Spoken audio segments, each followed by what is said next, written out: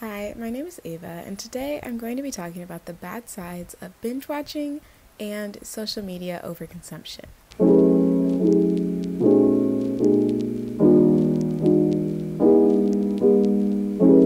Ever since top streaming sites such as Netflix and Hulu got more popular and people stopped watching cable TV, there's been an influx of binge watching. These sites especially want you to binge watch, and it's not very good for us. Most of the times we just assume that binge watching is bad because it makes you less productive and you're spending all your days watching TV and just essentially wasting time. But it is a little bit deeper than that. A lot of the times binge watching can be almost like an addiction where once you start watching these things you can't stop. Most people don't realize these addictions just because the signs are a little less noticeable. Technically, the signs are the same as other addictions, but most people just fail to realize them. Dopamine is a chemical released in your brain that makes you feel good. This is essentially the start of many addictions, where you do that thing and your brain releases the dopamine or too much of it, and your brain keeps on wanting to go back and get more of it to where you have an excess, and then it creates that addiction. So the same thing happens when you're binge watching. You start watching the show and your brain releases dopamine, and that makes you happy, so then your brain wants to continue to do this and receive these rewards. So it wants you to keep watching the show. Now, this can have several negative side effects. It can make you feel lonely or even just have many different mood behavior problems. Although there is a lot of information on how binge watching is bad for us, it's totally normal to binge watch in our society. Even I do it. I literally just did it with the new Wednesday show on Netflix. I watched it in like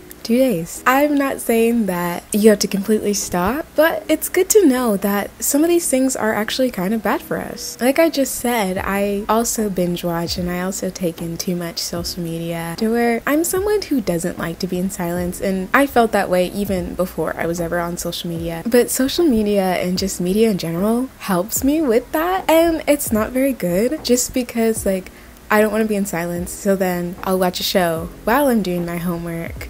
And then I get distracted, and then I have to be watching something, and I have to have something in the background. Even just going to wash my dishes, I need to have TikTok on the side so that I'm not bored. Just things like that where I know it's not good. I definitely realize that I should probably have less media in my life, but I haven't done the research before this video to really realize how bad it is. Even when I'm editing my videos, it's so hard to get myself to start editing because I have to do it without media in the background because I can't focus on my voice while listening to someone else. Just things like that where I don't think I'm the only one that struggles with this, and I hope this video can help others understand how media is changing us. Now, I'm going to specifically talk about TikTok for a little bit, and this is one of those social media sites that has started these addictions in people even more than any other kind. During my research, I found that 41% of TikTok users are from the ages of 16 through 24, so that means that there are a lot of young people on TikTok, and they are very impressionable. So this just makes it easier for these people to get addictions. Common symptoms of addictions are not being able to stop using that thing or having obsessive behavior and also using that thing to cope. TikTok provides our brains with a lot of information, and this makes our brains feel like we're getting a reward. So then our brains want to continue this and continue to watch TikTok so that we can get even more rewards. There are some specific features on TikTok that make it easier for us to become addicted to it. Now, the first is just the short form content and the fact that you're taking in a lot of short videos that are very different from each other rather than being on a platform like YouTube where you're watching long form content. The second one is that it recommends us a lot of different videos. So it's not just like Instagram where your homepage is mostly people you know or people you've chosen to follow, but on TikTok the whole point is that it's giving you recommendations and you want to see what it gives you.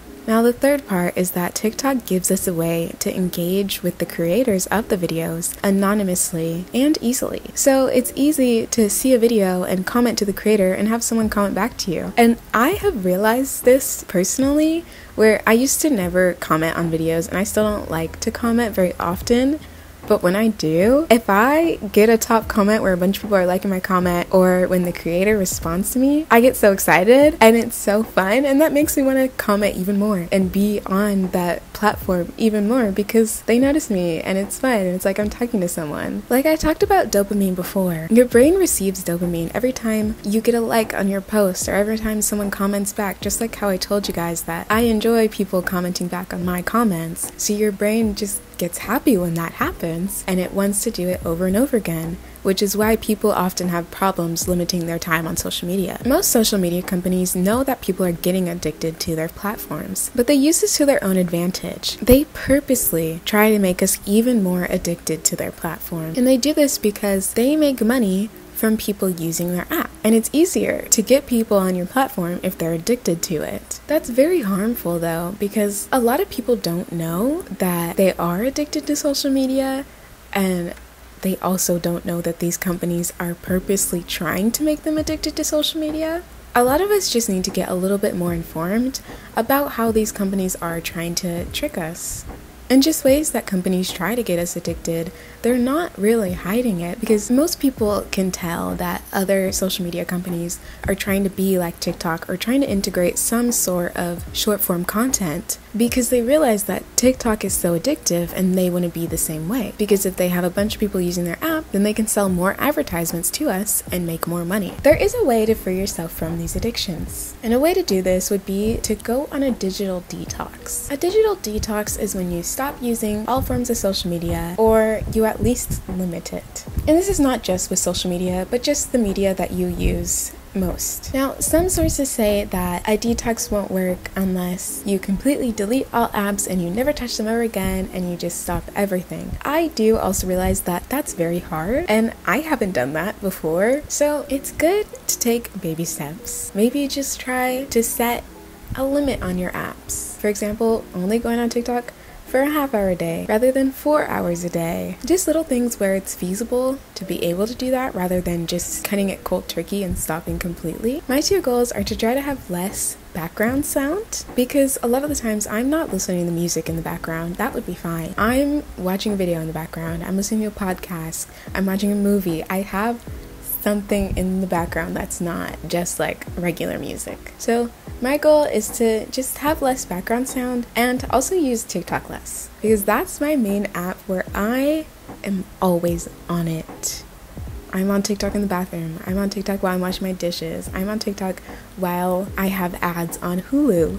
Literally, anytime I'm doing something where I don't have other background sound, I'm on TikTok. And I've also noticed that TikTok makes me want to go on it more, because when I stop going on it, then my feed feels less personalized. And I know that's so bad, but I just I get it in my mind where I'm like, if I don't go on TikTok today, then when I go on it tomorrow, there's gonna be less things I like on there, which I hate. That I'm aware that I'm kind of addicted to TikTok, and I've known this for a while, but I don't want to stop, but I know I should.